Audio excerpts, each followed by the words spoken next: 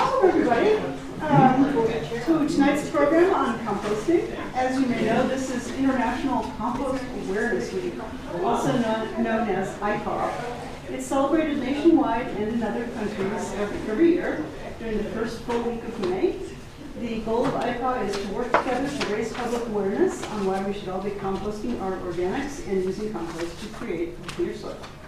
All week, events are being held in communities, schools, government entities such as libraries, and businesses to encourage and celebrate all types of composting from backyard to large scale. This event was organized by the Glencoe Sustainability Task Force, with whom the library has collaborated on many occasions to bring interesting, relevant content to the attention of the community. It's been a great partnership and we look forward to more. Speaking of which, the library will present the program in June with the Sustainability Task Force as well as the Friends of the Green Bay Trail.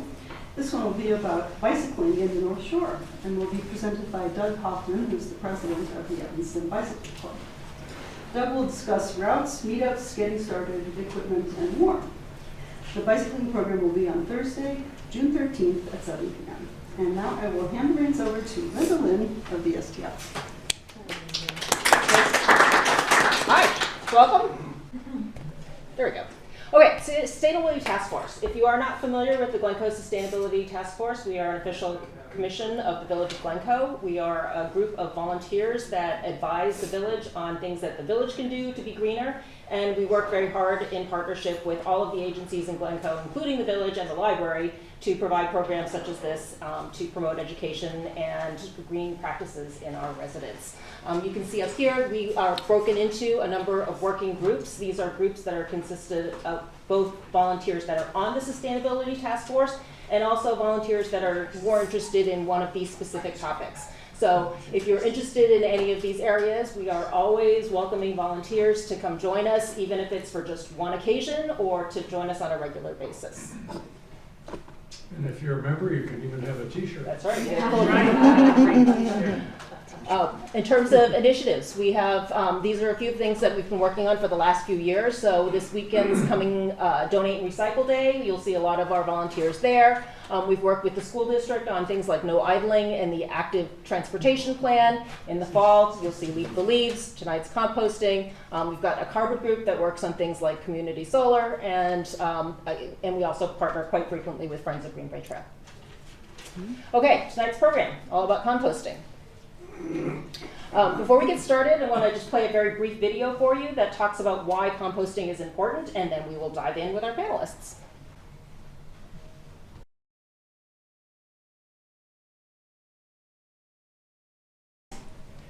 Great, so why we're here, because composting, compostable materials are, they create methane when they go into the landfills. Food waste is a significant portion of the compostable material that ends up in the landfills, and if we compost, we also produce material that we can use in our gardens. Tonight's all about compost, but I do want to make one plug. From the video, they mentioned that much of the food that goes to landfills is still edible. So composting is actually a few steps down the ladder in terms of reducing food waste that gets sent to landfills, right? The first thing is buy less.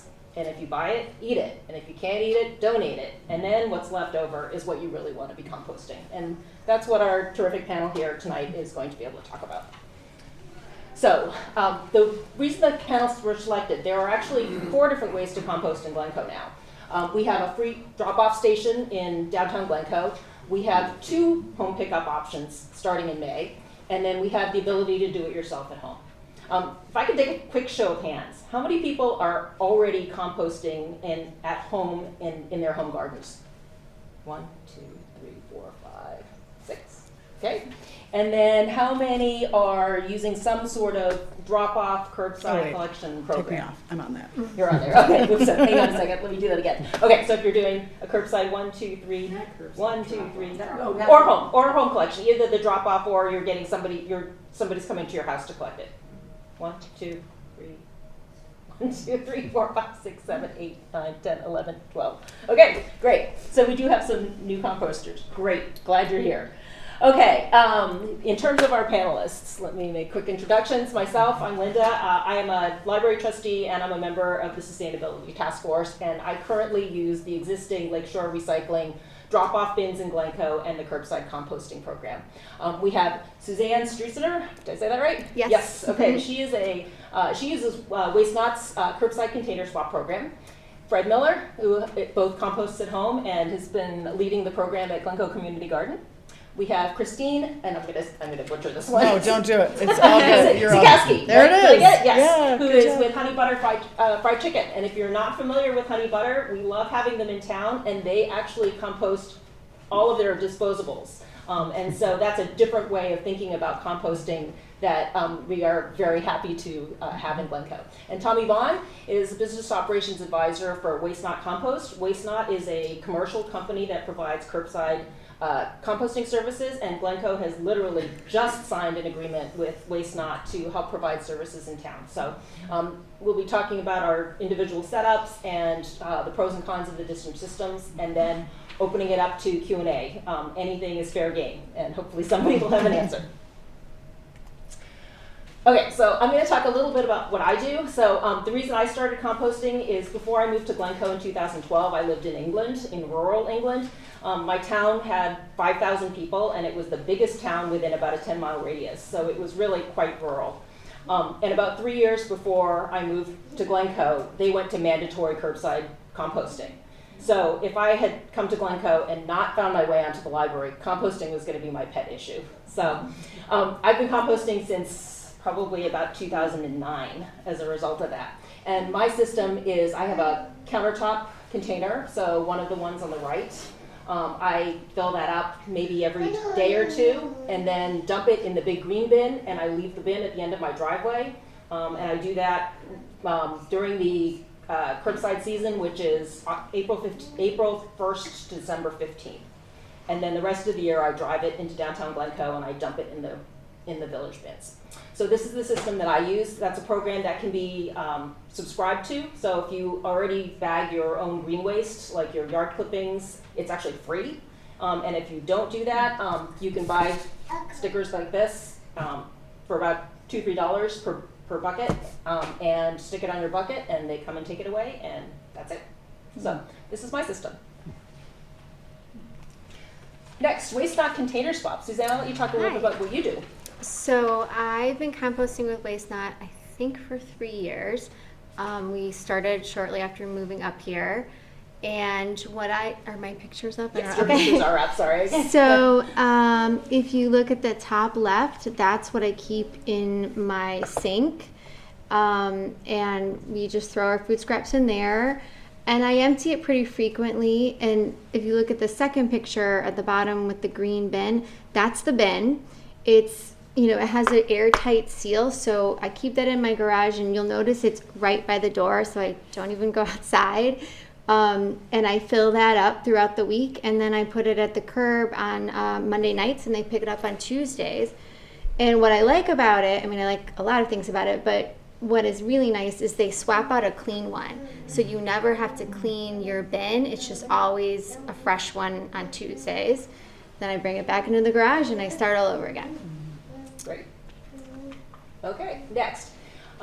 This is one of our sustainability task force members set up. Helen Latham couldn't be with us tonight, but she has a home composting system. So she also has a similar ceramic jar that she keeps on her counter.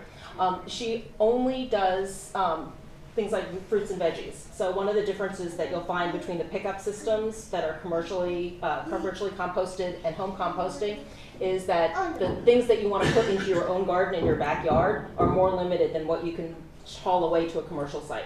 So for example, Suzanne, I'm assuming you probably I put meat scraps, in there, breads, sauces, moldy vegetables, all of that goes into the commercial curbside and downtown drop-off Pizza pickups. boxes. Right, pizza boxes. Don't really want to put that in your garden, especially things like anything that'll attract vermin, bones, avocado pits, things that won't decompose quickly.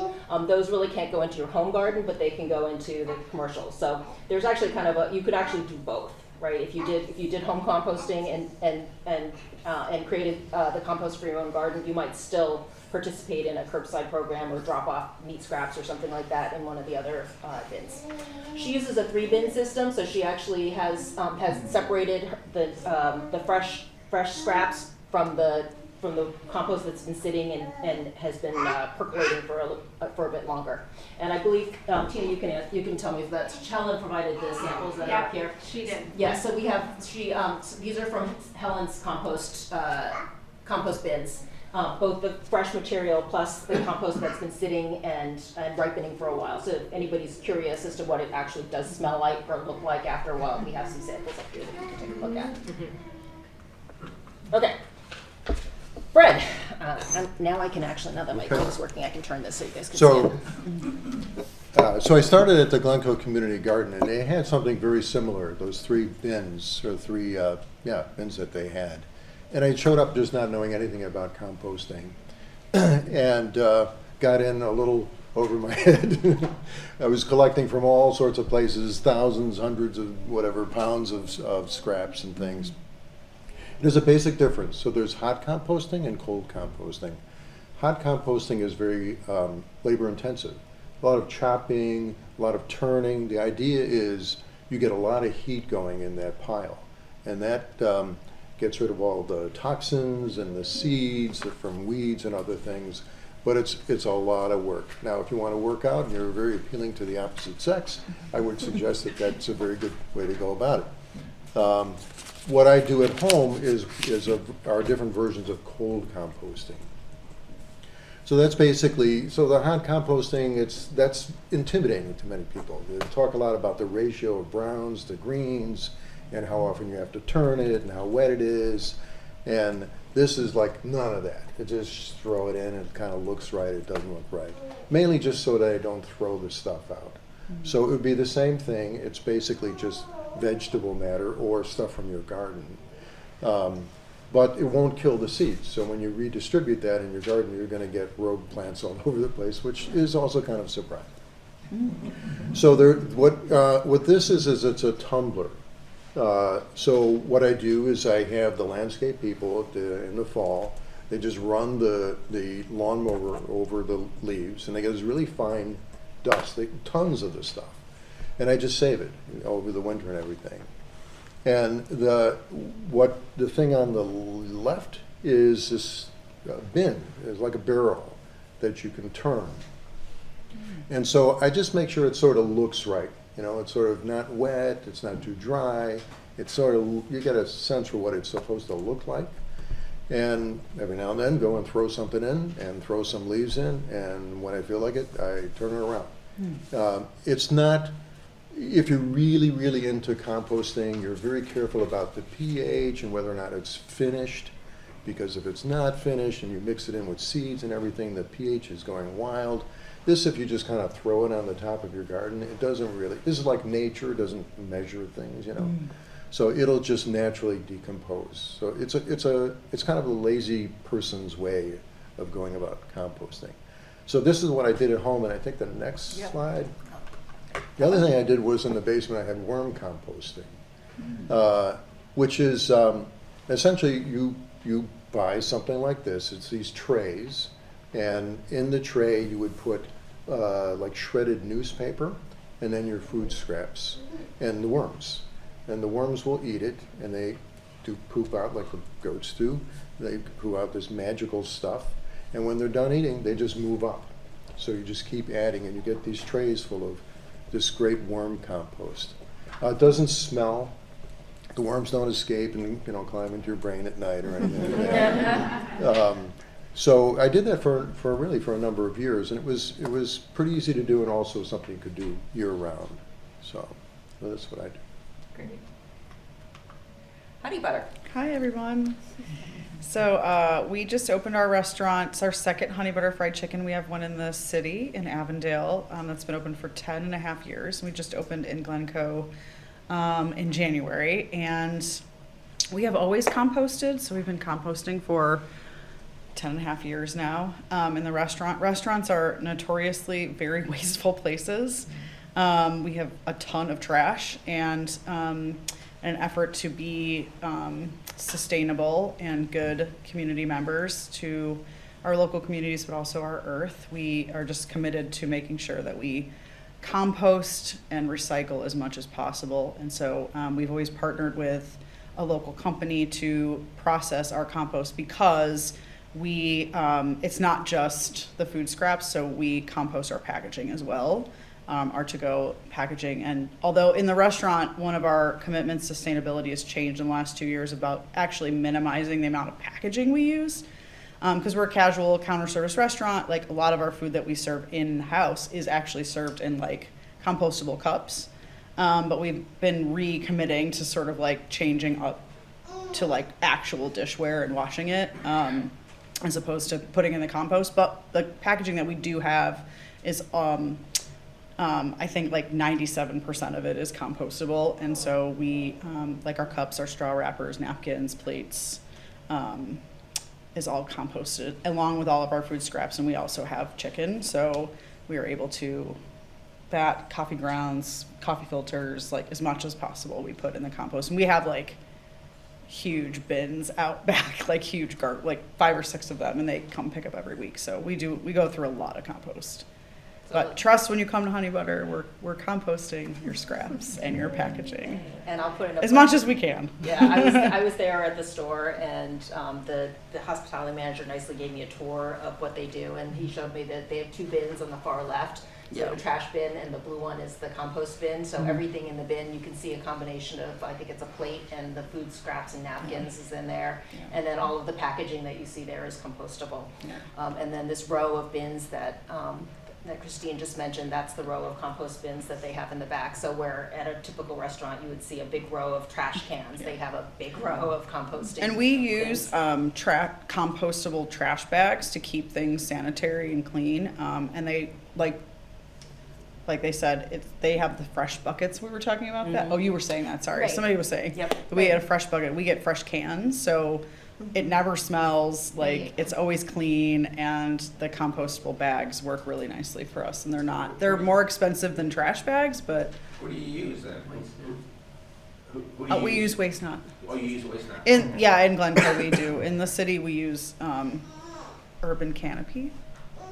But Waste Not's great. I use them in my home personally as well. So. And I can tell you, when we started putting this panel together, Glencoe had not actually signed a contract with Waste Not yet, and so it's actually happenstance that Suzanne and Honey Butter are Waste Not customers already. So it was really the synergy worked out really nicely. The thing on the left, is that did I hear that's the oil, the big? Yeah. So we also recycle our fryer oil. We have a closed loop system, and we partner with a company called Mahoney. They do they're big oil company for restaurants. And they take our spent fryer oil and turn it into biodiesel fuel. So that's just extra oil they still have to come pick up. But yes, we do recycle that as well. Yeah. Great. Thank you. And last but not least, Tommy. Tell us a little bit about Waste Not. Yeah, absolutely. So we do all-electric compost collection for homes and businesses and events. So every vehicle that does any of Waste Not's collection is all electric. We started in 2015 in Chicago on the north side of Lincoln Square. Our founder started it on bike when he was in high school, actually, so we've been zero emissions since the jump. Once he got his license, he Amazing. He was lucky enough to find one of these vehicles on a reuse or on a resale site, and the rest is history. Basically, we have now almost 30 vehicles that are going around the Chicagoland area, collecting from a lot of different areas. What I've been working on a lot since I started a couple of years ago at the company is working with municipalities in the area. So right now, Waste Not has agreements with the city of Lake Forest, the villages of Glencoe, Evergreen Park, Riverside, and Morton Grove, and hopefully a few more soon. But so basically how those work is we partner with the municipalities. We say, hey, if you can basically say that our service, we will report to you on how many people are using our service. We'll kind of partner on promotion of the service as well. So we're in, municipal newsletters. We can set up at different community events. Then we assure them that we'll be able to offer exclusive rates to residents. So in the city in Chicago, we're charging $40 a week for weekly, or $40 a month for weekly collection, $24 a month for biweekly, being every other week collection of the buckets. Here in Glencoe, we're going to be charging $27 a month for weekly collection and $18 a month for biweekly, every other week collection. Our pails are about 2.5 times 2.5 times the size of this. But you know, I was my family makes fun of me now that I work at Waste Not, because growing up I was in charge of taking out the trash and recycling. But I grew up in California where we had a green cart, you know, associated, and I would refuse to take out our compost because the cart was really gross and I thought it smelled bad. But luckily with Waste Not service, you know, we're taking the full bucket, we're leaving you a fresh, clean one every time. You don't really have to worry about cleaning it. Obviously the drop-off programs and what LRS is doing here is great too, but we offer that extra level of convenience for you to make it as clean as possible. You know, the countertop caddy that was up there is something that I use. It's dishwasher safe as well, so it makes it really easy. But yeah, we're excited to be partnering with Glencoe. It's something that we just got off the ground literally this week. Today I finalized everything, so if you do want to sign up for Waste Not, you can now do that and get the exclusive pricing as of like 3 hours ago. But yeah, this is a, you know, we also offer, you know, event services, which is what you can see with those carts. I know we're going to be doing a couple of events here in Glencoe, I think either this summer or this fall. So we're really excited about that. But yeah, happy to be here and answer any questions about our service, talk about composting. In the spirit of International Compost Awareness Week, I'm also the policy chairman of the Illinois Food Scrap and Composting Coalition, which basically organizes the week around the state. So happy to talk about policy stuff as well. So where do you guys take it? It's all processed in the city of Chicago. So we do process a little bit in-house in our Avondale headquarters, but then most of it is processed on the south side of the city. And then? So we give it back to people. So our members are able to get bags of about 10 pounds of finished compost every year. They come in a compostable bag. We often are, you know, we work with a lot of schools as well, so a lot of the schools will donate that back to the school gardens to help with the education on the you know, for the students to see, hey, you guys are separating your food waste in the lunchroom. Now you can see that this is actually helping stuff grow. So that's what we do with it. Do people use compostable bags in the bins, or do they just put it in the bin? You can do either. Okay. So we do, you know, we accept certified compostable material. So if it has a compostable label on it, that's something we can accept. We don't line our buckets. The buckets are, you know, just normal pails. But I know a lot of people who put, you know, who will keep a countertop caddy that's lined. They'll tie that up. You know, they're a little bit worried about smell. You can make it really clean that way. But yeah, if you get if you go to Honey Buddy Fried Chicken, you get takeout, and you get a compostable, you know, takeout container that can go in our buckets as well. I'll put in a plug for the compostable bags because I've been using them for better part of 12 years. One thing I particularly like about them is if you have the prettier jars at home, either the stainless steel or the ceramic ones where the lid goes inside the top. The biggest issue is when you get close to the top, if you don't empty it, then the lid gets really gunky if with the stuff that's in the top. So what I usually do is take the bag and I fold the bag over and put the lid on top, so then I can fill it all the way up. And it keeps the jar much cleaner. All I have to do is rinse it rather than having to actually scrub the stuff that's stuck to the side. And where do you get the bags? Good question. I've been getting them at Amazon. I think one of the STF's next initiatives is probably to be promoting that Walgreens and the Grand should carry them, since we now have more composting options in town. We also sell them through our service, so Oh, you sell can get them delivered. Thank you. One-stop shop. Exactly, that's what we try to do. So yeah, with your service, when we're bringing you the empty bucket, something new that we've been doing is offering like certified compostable other products with that, so you can get like a bucket that has a few things in it when we come back. So it's been a popular thing for us lately. What's the cycle from, say, pickup to final compost, where you have the dirt you can deliver back? Yeah, that's a great question. So, you know, we're coming by, our operators are taking your full bucket. The buckets nothing really happens in the vehicle itself, so the buckets just stay as they are. They get transported back to our headquarters in Chicago, gets compiled into like larger, you know, normal looking like roll-off dumpsters that you might see. Those are then brought to our facility partner, and then when we get our compost back from the facility partner, we do our own sifting of that compost on our end too, so we do an extra level of screening on our end before we give it back to anyone, whether that's a school or, you know, a community garden or our members themselves. But that's the process. Thanks.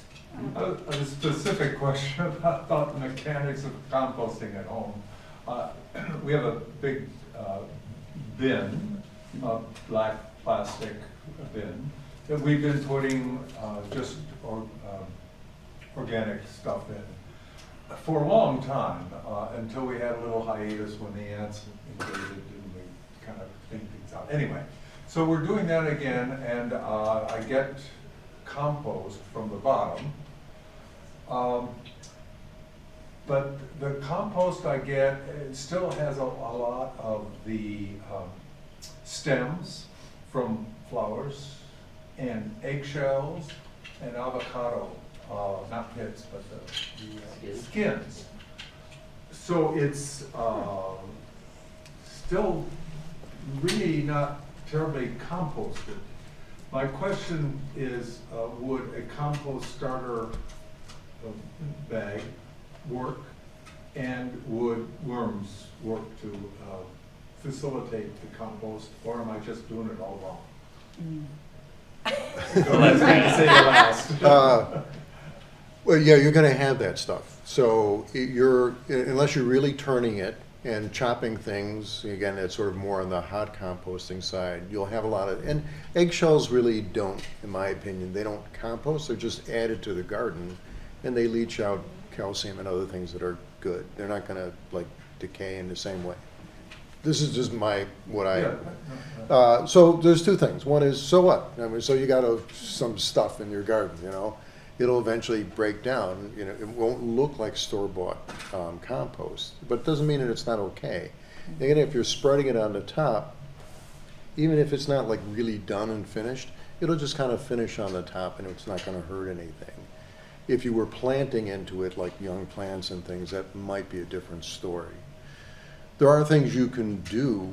I mean, it has to have certain ingredients to compost. It has to have air, so make sure that air is circulating. It has to be moist, but not like sopping wet. And then whatever you can do to turn it, I don't know exactly your It's thing. big bin, so I do have a pitchfork, but I can't Yeah. get down very far. Yeah, so, okay, I mean, you could throw worms in there. That wouldn't hurt it, I mean, at all. And you can buy them from Uncle Jim's Worm Farm, and they'll deliver them to you. I've never used compost starter. I think maybe in the very beginning I bought some of that stuff. I didn't feel like it made a whole lot of difference. It's some microbes, I think, that normally is probably in the, what you can do is save some of your compost, your finished compost, and then just add that back in. That already has a lot of microbes and things in it. In some sense, it's a starter. But no, if you're doing this at home, it's not going to look like what they're going to bring back for you, you know. But it's it's okay. I mean, as far as I'm concerned. But some of that stuff, the really woody, fibrous stuff, doesn't break down very well in home compost. So flower stems and stuff like that probably dispose of differently.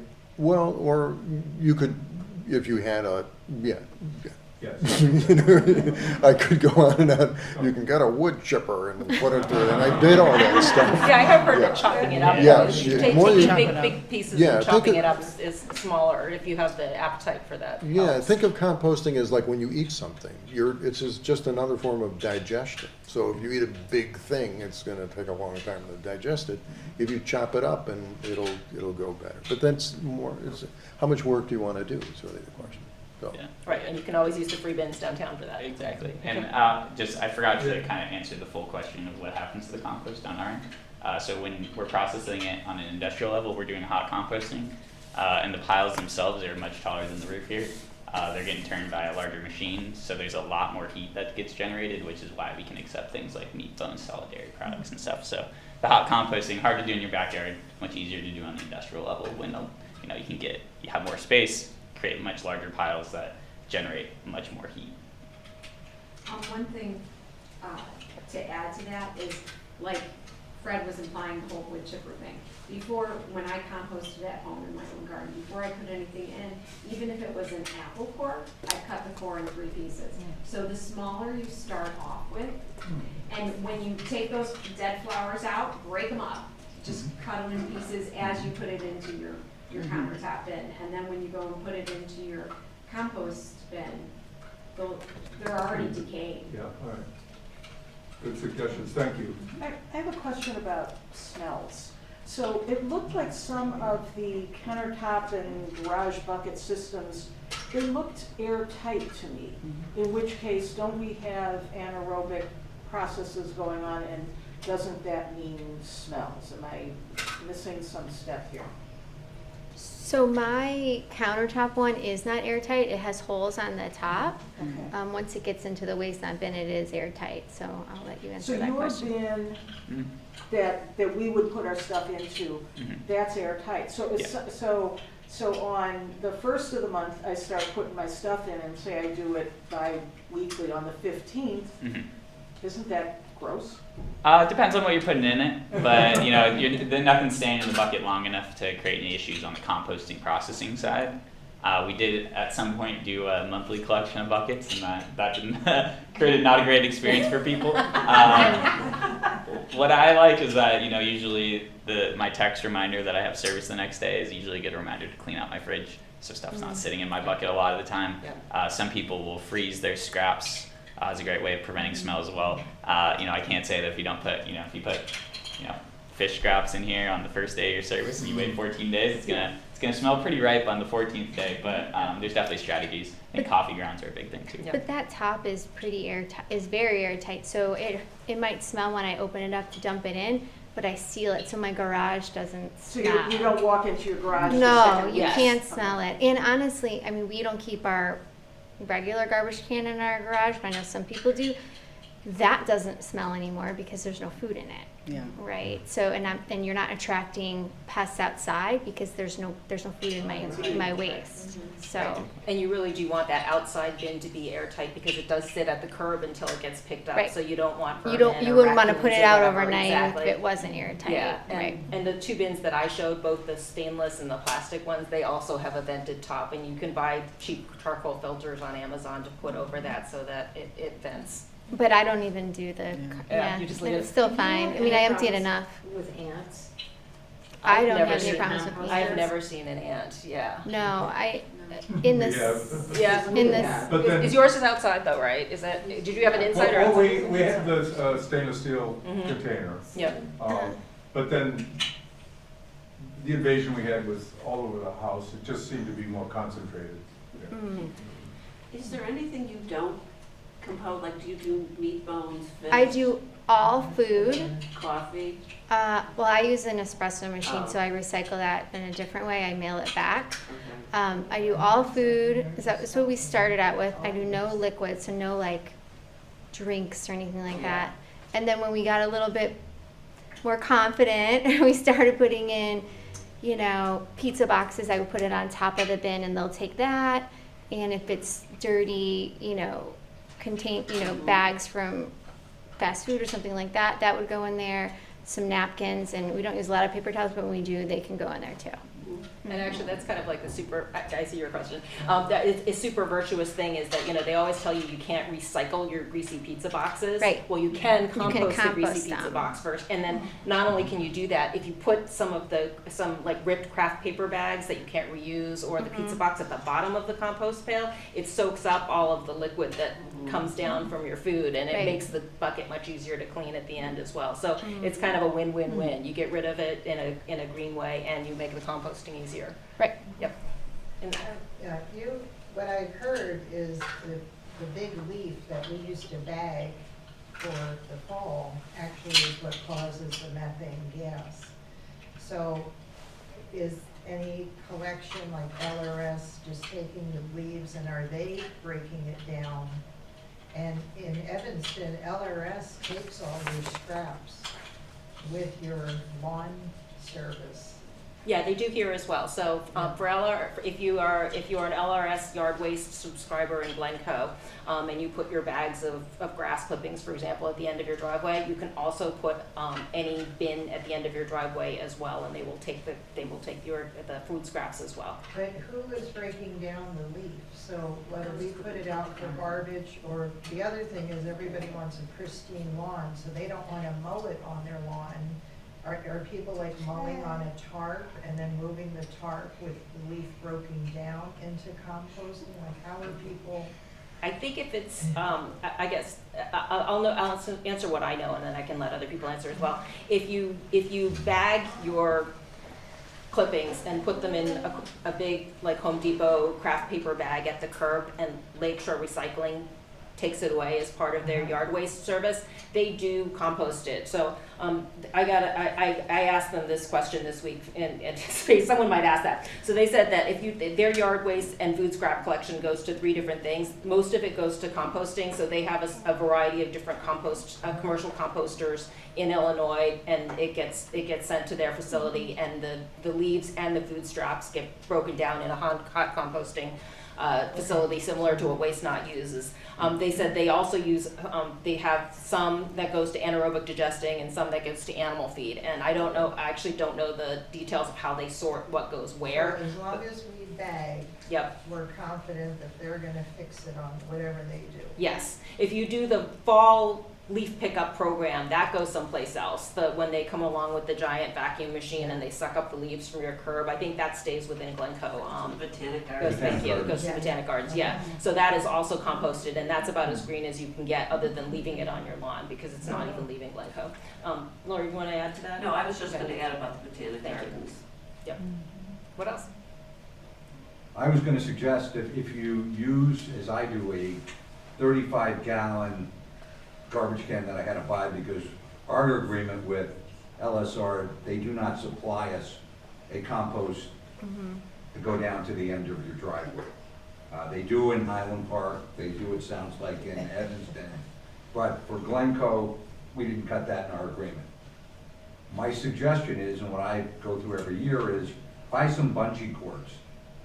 So if you're worried about animals getting into your compost outside, just bungee cord the top of your garbage can closed, and you take it down. In fact, Wednesday, I forgot to take my straps off of it, and the guy from LSR first picked it up and tried to dump it, and then when it didn't dump, he got out. He was taking my cords off as I got down there to take them off.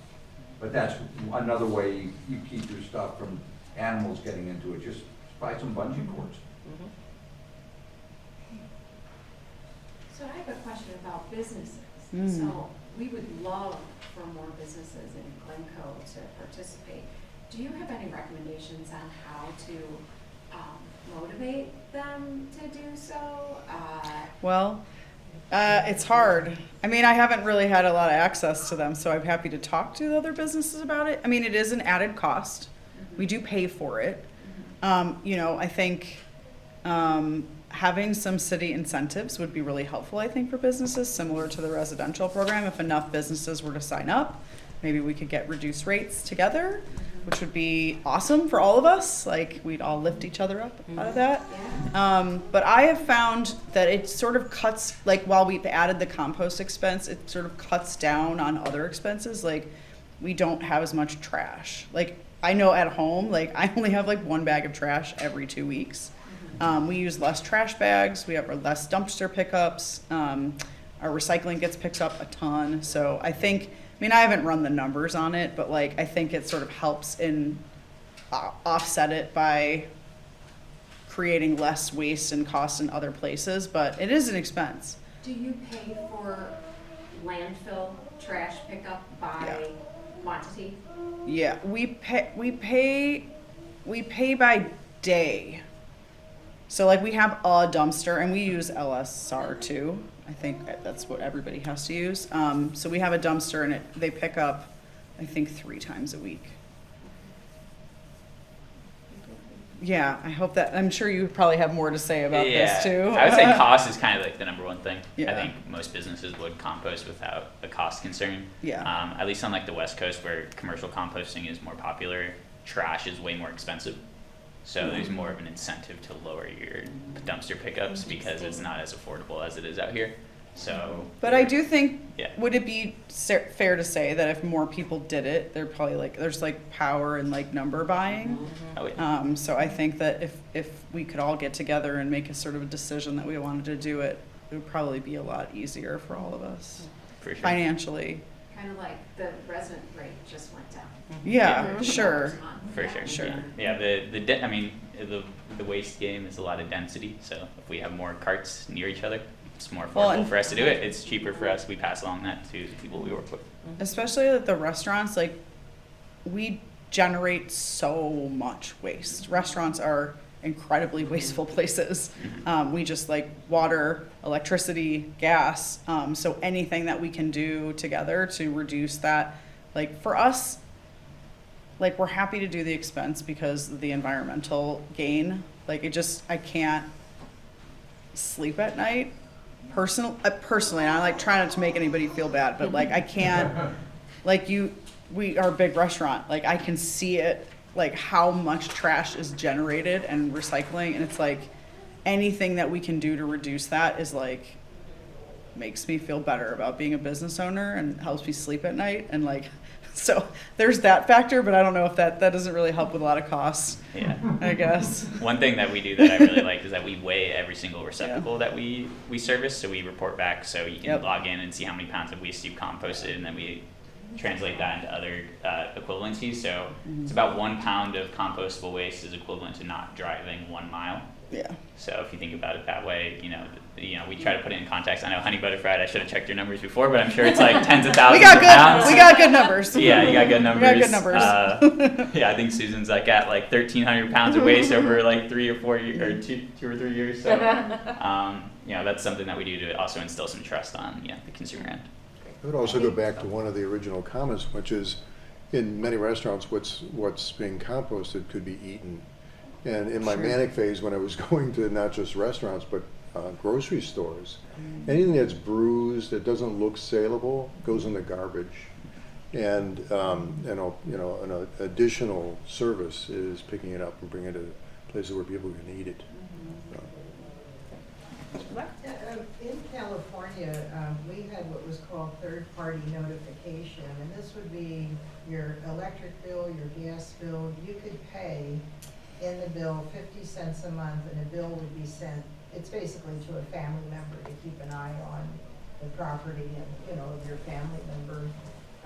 Is there any way that a church could come in and pay for a small business composting that can't afford it? I mean, are you set up for all this or if they could pay maybe 4 months out of the year and another group comes in and pays for it? And even your neighbor, like if someone's living alone, you may want to say, hey, I want to set up compost. I love it, or put this container in your kitchen, bring it over and I'll come over and help. But I just wonder if you're set up for that kind of community neighbor thing. Yeah, we have a lot of I'm aware of some people who are paying for other people's service. One program that we have going on right now that is pretty exciting is in Oak Park.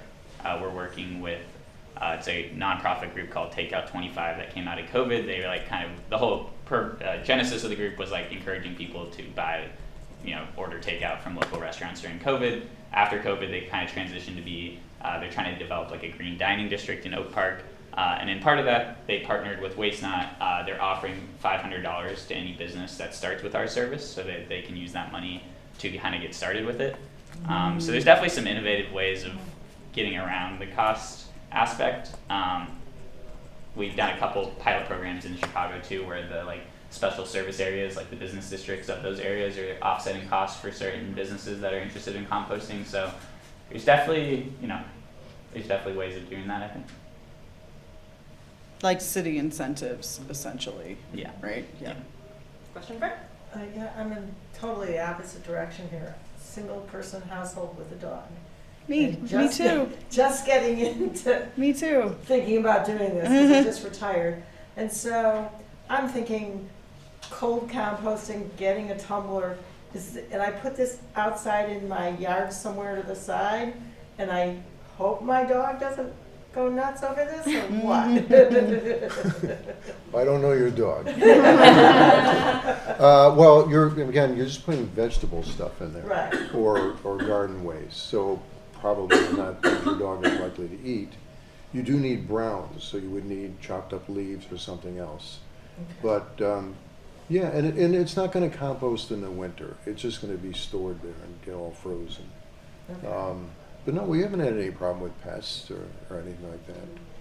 And chipmunks and all that kind of stuff. I don't know, maybe they check it out, but they haven't eaten their way in it. Is yours off the ground? Yes, they're on stilts. Yeah, it's on a stand, right? Well, you have to be able to. Get up there you have to be able to turn it. So right, yeah. at least for this, and I have 3 of those. So Is there any particular brand that you recommend in terms of getting? I mean, I know I've seen them at Costco and, you I know. don't know, I mean, I Hey, don't know. I can tell you what I can go home and figure out what they are. Gardener's Plaza. And so here's a suggestion, because they can get very heavy.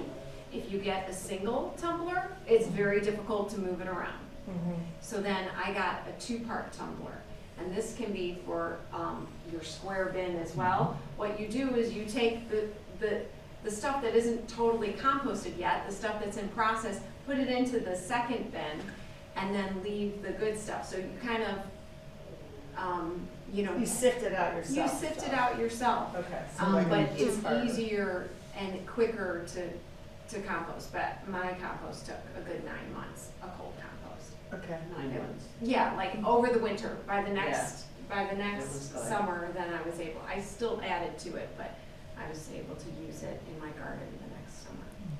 So how much compost are you getting out of the 9? Not a Is lot. it- Not a lot. Which Just one is- person. I can't even. Let's see. I don't know. A couple of waste knot buckets full. And then Okay. bonus, I got a pumpkin in my garden that I didn't plant. So bread is ready, no seeds, really. Okay. These But it was tumblers awesome. they're pretty big. I'm guessing it's probably 20 gallons maybe worth of stuff. Okay. Now, it doesn't go But you very don't far. fill it, If right? if it's full, it's not gonna get enough air, right? And you won't be able to turn it? Or do you fill it all the way? No, well, first of all, it keeps sort of mushing down, Yeah. you know. But I fill it pretty far up. Yeah, and then if you want air, you just open it up and close it up, you know, Yeah. air gets So you in. can put out any kind of green stuff in, but if you're putting weeds in, then you're gonna end up with. You're gonna end up with weeds all over your garden, yeah. And with regard to the, like the stems and the avocado, you can sift it. You can either buy or make a little, just with screen, a type of sifter where you just throw it through if you want something that looks a little nicer. And you said you needed brown, you needed vegetable clippings, but what about grass clippings too, then? Is that gonna be? I don't know, I don't put that in there partly depending on what's on your lawn. Yeah. But it gets kind of mushy and stuff, so I don't do. Because there's a I lot believe of in- that. Yes, there's a lot of that. Okay. Well, just a comment. When you recycle leaves in the fall, and you can mow them so they're chopped down small.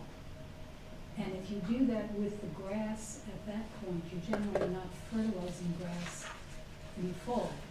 So your lawn doesn't have as much of the fertilizer impact happening. So that's the ideal way that I have found in my business to suggest to people to start a compost pile they can use more productively in their garden. And that way you get the green and the brown. And you can't eliminate the green completely because otherwise the brown's not going to get to where you want it to. But then within a year, usually that pile, if you put it in shade as well, which is one advantage because you can hide it on the property, that within a year or so, you get help if you can't do it yourself to turn it over. Then you can use that in your garden. So it's from a landscaping point of view, it's a wonderful way to go. And then you eliminate the cost of picking up leaves and bringing back mulch. It just makes a nicer material. Makes sense. All right, I want to be respectful of everyone's time since we're approaching 8 o'clock. So if people have more questions, I know I can stay. I don't know if our panelists have other commitments, but you're welcome to come up and ask additional questions. If you want to come up and leave your name and email address, I can email you this document at the end. There's also some materials from both Waste Not and from the STF. So I'm just going to run you quickly through what we have here. So the other materials in here, we will put answers to this. So there's a few different slides on things that you may or may not be able to compost depending on what service you use. One I want to point out, compostable bags, the unis, somebody mentioned certified compostable. There's a couple of different certifying agencies. BPI is one, Uni is one, and if you shop online, for example, at Amazon, it will say very clearly that it's certified compostable, and some will say certified home compostable, so that it will actually break down in your backyard garden as opposed to only at the commercial facilities. One other thing is, plastic bags are never okay. There are also bags called biodegradable, and biodegradable is not the same thing as compostable. So you should not be putting biodegradable bags in the LRS bins or in waste not or in your home compost. So those are two particular things to point out. We talked about pizza boxes. The disposables at Honey Butter, and I know they used to be at Hometown and many other restaurants in Evanston, for example. There is a plastic now called PLA, which is the clear plastic that you'll see, and some of the utensils, chopsticks, Chinette paper plates. This kind of stuff is commercially compostable. So if you are dining at Honey Butter and you take your disposables home, you can't put it in your garden compost tumbler, but you could put it in one of the commercial services. Couple of other things, and I think that's about it. The resources, so the various ways to compost in Glencoe, you'll find this information on the village website. So we have, there's a page, the landing page is villageofglencoe.org/composting. It has information on all of the different programs that are available. The village bins, if you haven't seen them before, if you have never composted before, this is the easiest way to start. Pick a bucket and drive it downtown and dump it in the bin, and it's free. So if you're not sure if you're gonna like it, if you're worried about the cost, this is a great way to get started, and then once you get addicted, you can pick whichever method you prefer. We're working on a list of what you can compost in the different methods, because it's not quite the same. Waste Not does take the most material, because so like all of the compostable packaging, the plastic cups, the plastic plates, and things like that, they will take. LRS takes some of it, not all of it, and we just talked about all of the various things that can't go into your home compost. So this will be a resource that will be up on the website later this week. Let's think, Lakeshore has their list. We have material on those. This is what the landing page will look like, so sign up for service in Glencoe, fresh off the press today. And then upcoming programs, I'll put in the last plug for the STF programs. This Saturday is Donate and Recycle Day. This is the drive-through program at the Metro train station where you can bring items for upcycling, including bicycles, home goods, building materials, and other things like that. So if you ask any of us with a t-shirt, you can have more information on that. The week after is the Village Cleanup Day, which is the leave your stuff by the curb and they'll come pick it up. And then we also have an upcoming Swank electronics and paper shredding event. In terms of shredding, if you're not aware, shredded paper cannot be recycled. They actually can't process shredded paper in the curbside recycling.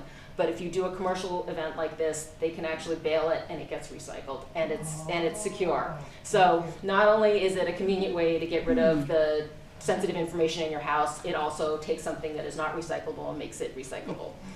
We invite you to join us. The STF meets the fourth Tuesday of most months, and our next meeting is May 28th. There's no obligation to speak or to sign up for a committee, but you're welcome to come and learn about what we're doing and find out what interests you.